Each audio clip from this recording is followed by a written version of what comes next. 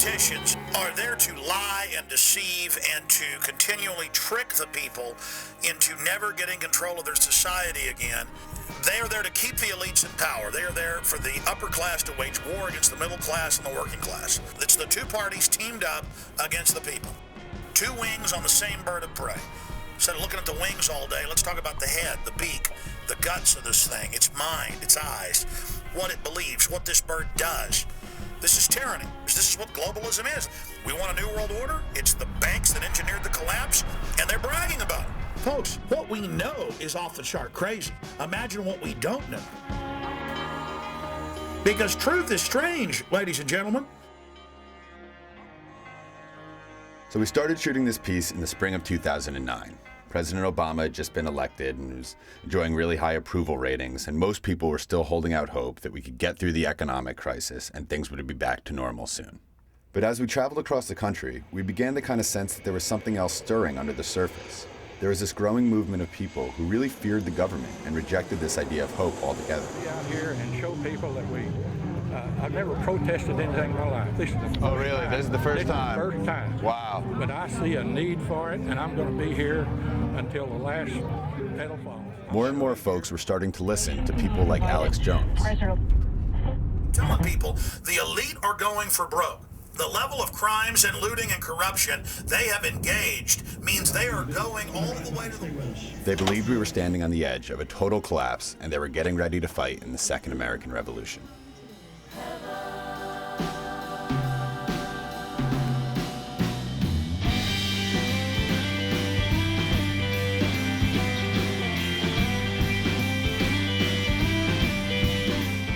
It's the end of an era.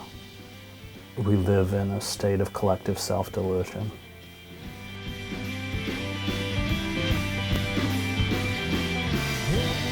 My name is Chris Hedges. I graduated from seminary at Harvard Divinity School. Did not get ordained. I spent almost 20 years of my life as a foreign correspondent, eventually 15 of them with the New York Times. I came back to the United States, ran afoul of my employer over the issue of the Iraq War. I was told not to speak out against the war or I would lose my job. And faced with that choice, I left the paper. I write books. And when I'm not doing that, I'm a soccer dad. You know, conspiracy theories become a way to explain the chaos of a world people don't understand. What conspiracy theorists don't grasp is that the elite is also inept. And conspiracy theorists frighten me because they can't read reality any more than people who naively believe that a corrupt elite is going to bring back the salad days of casino capitalism can read reality. And the worse it gets, the less people can confront it because it's painful.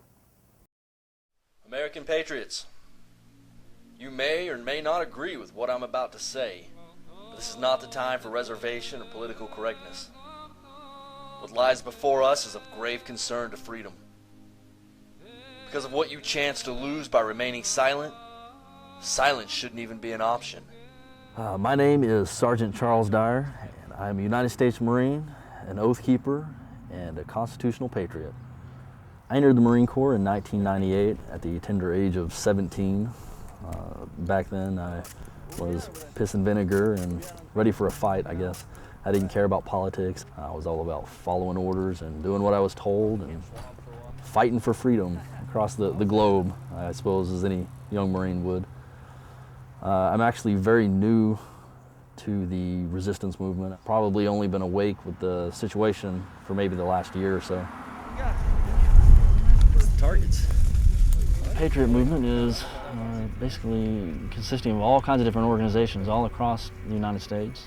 You're looking at militias, or maybe American Resistance Movement, the umbrella organization. You may have the Ohio militia or Michigan militia or whatever militias all over the place. Citizens militias like in San Diego. They're all under the Patriot movement, and we're trying to take back this republic, and restore this republic like it's supposed to be, what it was intended by our founders. We're here to meet GSB America from YouTube. His name's, well, I guess probably shouldn't say his name, huh? GSB America from YouTube. Hello. How are you doing, man? Good. How are you? Heather. This is the first time we've ever met. I mean, besides YouTube, we talked on the phone and we've emailed plenty, but everybody gets real excited about YouTube stars. I'm Jalira on YouTube. That's our biggest weapon now, internet. That's getting the word out so fast. And I think that's where I probably woke up at, and watched stuff on the net. And if even a quarter of the stuff you read is true, then we've got problems.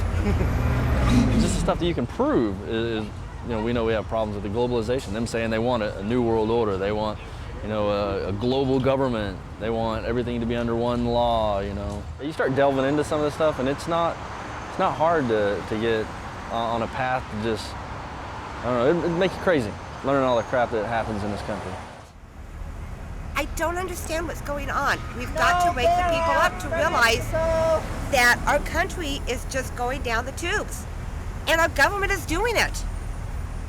I see if something is not done very quickly to stop Obama and Pelosi and everything else going on, I can guarantee you we're going to be in a civil war in a very short time. But I will fight. Deport illegals! In the deficit in California! No bailout for Mexico! So anyway, I have a guest here who wanted to talk to you guys just about the Oath Keepers, and I don't know if everybody knows who the Oath Keepers is. Yes! Yeah, they're awesome. They give me a lot of hope. All right, I see a lot of older faces around here. How many of you guys are military? Military? All right. Oath Keepers, that's the organization that I'm a part of, and we try to touch out to active and former military and law enforcement, anybody who's taken an oath to defend the Constitution. Try to make them realize that the oath that they took doesn't expire. So for you older gentlemen too, you may think, I'm too old, there's nothing I can do, right? That's wrong. This is bigger than the immigration problem. Right now, the United States government and governments all over the world are trying to bring in globalization. I don't know if any of you have ever heard the term New World Order. They're trying to bring in the New World Order and destroy our sovereignty. That is a direct attack on the Constitution of this United States. That means that they are the domestic enemy that I swore to defend and fight against to defend my Constitution. And I'm willing to put my life on the line to defend this country. And I'm asking that anybody who's taken the oath to do the same, and it doesn't matter your age. So that's all that I really want to talk to you guys about today. And I thank you all for coming out here. This is very exciting.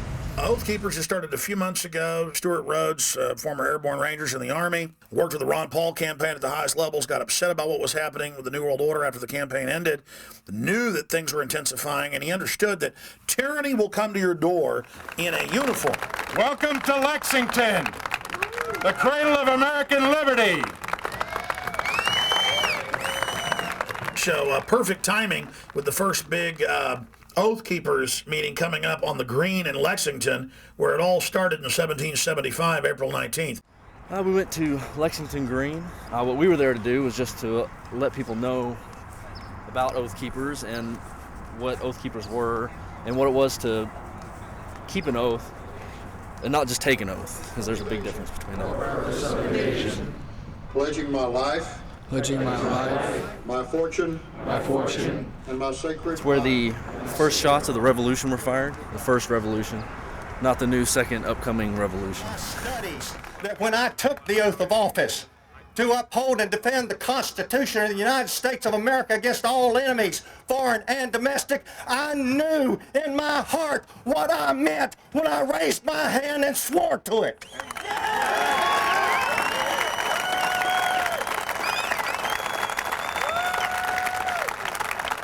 We see the need to stand up and say, hey, look, I get letters all the time from people that are terrified and concerned and worried that the military is going to be used against them. And I saw that during Bush. There were Democrats who were upset about that, and rightly so.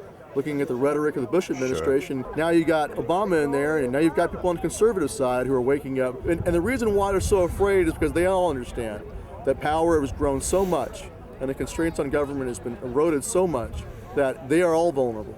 When one guy's in charge, then the other guys are terrified. When their guy's in charge, then they're terrified.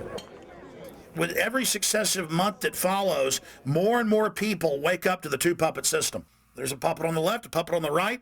Wait, it's one guy holding both puppets. I don't like that guy. There's no dispute among the supposed spectrum between the left and the right, between Democratic and Republican, over the core ideology that is raping the country. So corporatism is about as close to unmitigated evil as you can get, because it has built into it a kind of logic of increasing profits without any regard for the human cost. We've destroyed our country, we've decimated our working class, we are in the process of decimating our middle class, we've created an American oligarchy, we are allowing corporate powers to destroy the ecosystem that sustains the human species. Nobody is stepping up, least of all Barack Obama, to stop it. And we are diverted by bread and circus. If you doubt it, just watch what passes for news. Hi everybody, I'm Steve Ducey with your Fox Flash. The Octomom and her mother, the Octograndma, face off in a heated online interview. You already have 6 beautiful children. You need to learn to let go. But you need to learn. You need to learn to let go. So I will never understand. You never will. Sleeping inside the White House. Be in a bed? Not in my bed. Recently, we've made some life-changing decisions. Given the gravity of the situation around us, it would almost be amusing if it wasn't so dangerous. That's how empires die, and we're dying. We're dying. Let me ask you a question. Would you follow the Constitution against any orders, even if the president gives an order? You would stay with the Constitution and defend it? Then he is an oath keeper. There you go. It's that simple.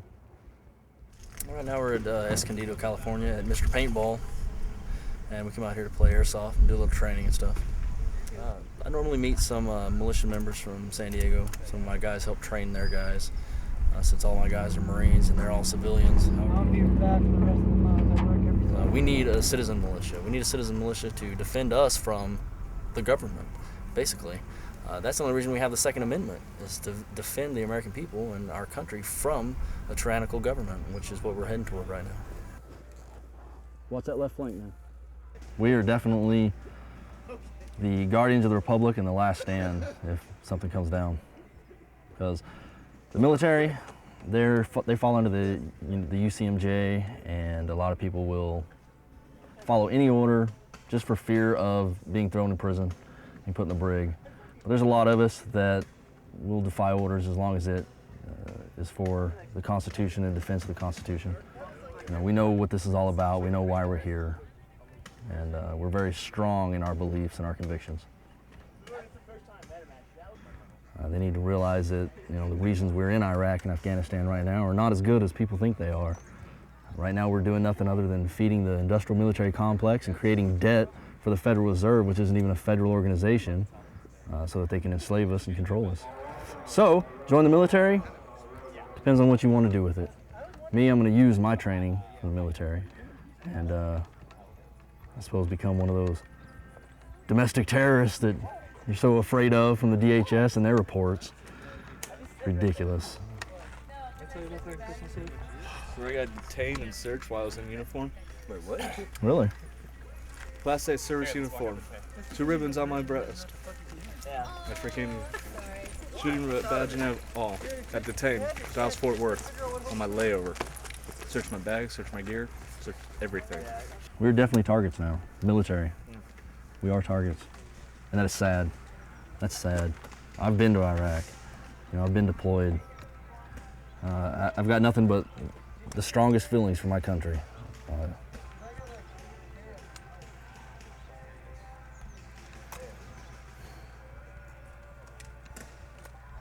Having Marines die over there.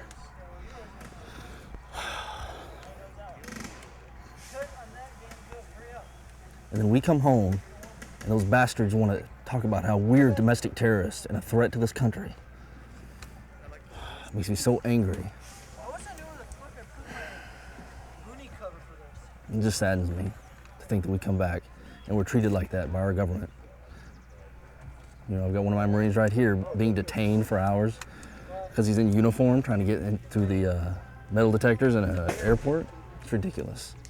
Ridiculous. Things have to change. It can't go on like this. Something has to be done. I've got this breaking news. National Security Watch, 60 right-wing terror plots foiled. In the 10 years since the 95 Oklahoma City bombing, killed 168 people. By the way, that was a federal bombing. We've proven that. Roughly 60 right-wing terrorist plots have been uncovered in the United States, according to an upcoming report by the Southern Poverty Law Center's Intelligence Project. The media is saying the Tea Parties are evil terrorists who are basically cop killers, is what they're trying to say, and they're a bunch of right-wingers when it isn't about left or right. They're desperate to divide the American people. Barack Obama's Department of Homeland Security, you may have heard, is trying to classify us as right-wing extremists, trying to warn people to be aware of people like us. But, yeah, boo. The real people we need to be fearing are our so-called elected officials in Washington, D.C. Amen. That's right. I do not believe in political correctness, and if somebody, I don't care if he wears a badge or a gun or what, if he does something wrong, I'm going to be right in his face telling him. And well, I guess I'm a terrorist because I'm pro-life. So say one word, they mow you down. Yeah, They'll you know, mow you down. and die for God, die for the right reasons, and it's okay. Somebody just came up to the stage and said, "We have pictures of them taking pictures of us." Just call me paranoid, but that just doesn't look like the local news network. Let them know you're not a threat. You have a valid driver's license on you, and your passport is safely at home, and you love America. Isn't that perfect? There's a bald eagle, and there's Homeland Security. Everybody just wave at them real big so they get a good picture of us. It says the number one threat is returning troops, gun owners, people buying all these guns and ammo. This is the number one terror threat. That is a quote, and they have really upset people. And it can't the police... Alienation and anger is one that is very common among returning veterans. You saw it after the Vietnam War. You're seeing it with these guys, men and women are coming back. And when you couple that with a societal breakdown that essentially denies them the possibility of reintegrating into the society, then you have a very volatile and toxic mix.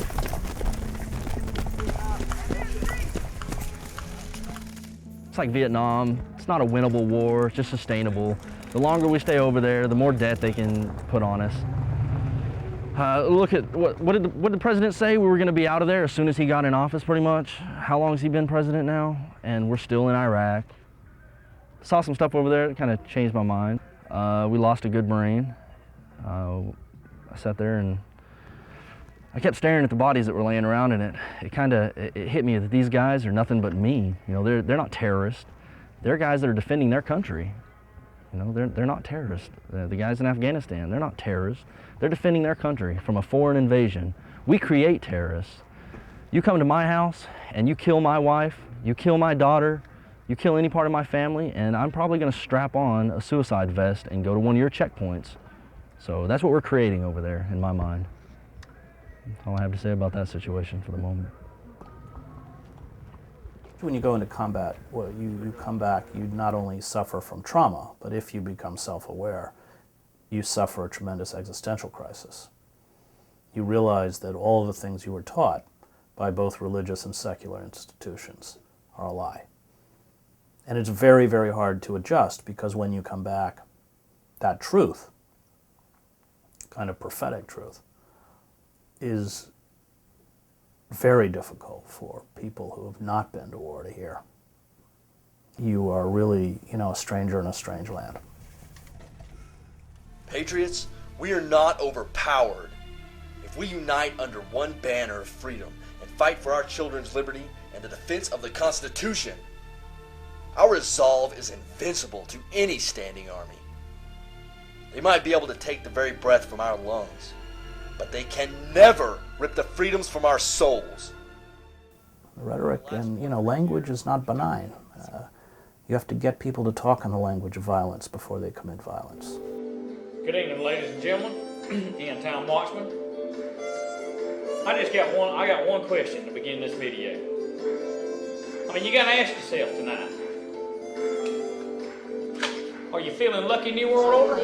It's all part of a plan that's been in the works for many years, the New World Order, and I just want to be a part of this.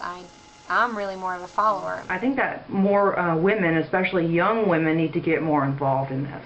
Probably going out and learning how to work a Mossberg Model 88 pump action 12-gauge shotgun, to protect yourself. We need to fight alongside our men and our friends and our families for our freedom and the Constitution.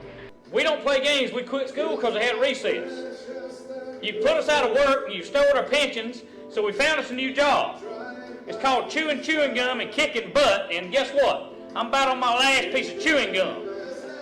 And I know you've done strategic stuff, and I've got the documents right here in front of me. Let me move this 50 caliber right here, and I'll shove up your nose and blow you away if you mess with American Patriot. Listen, I love my country, and that's why I have to discourage people from joining the military with this guy in the White House.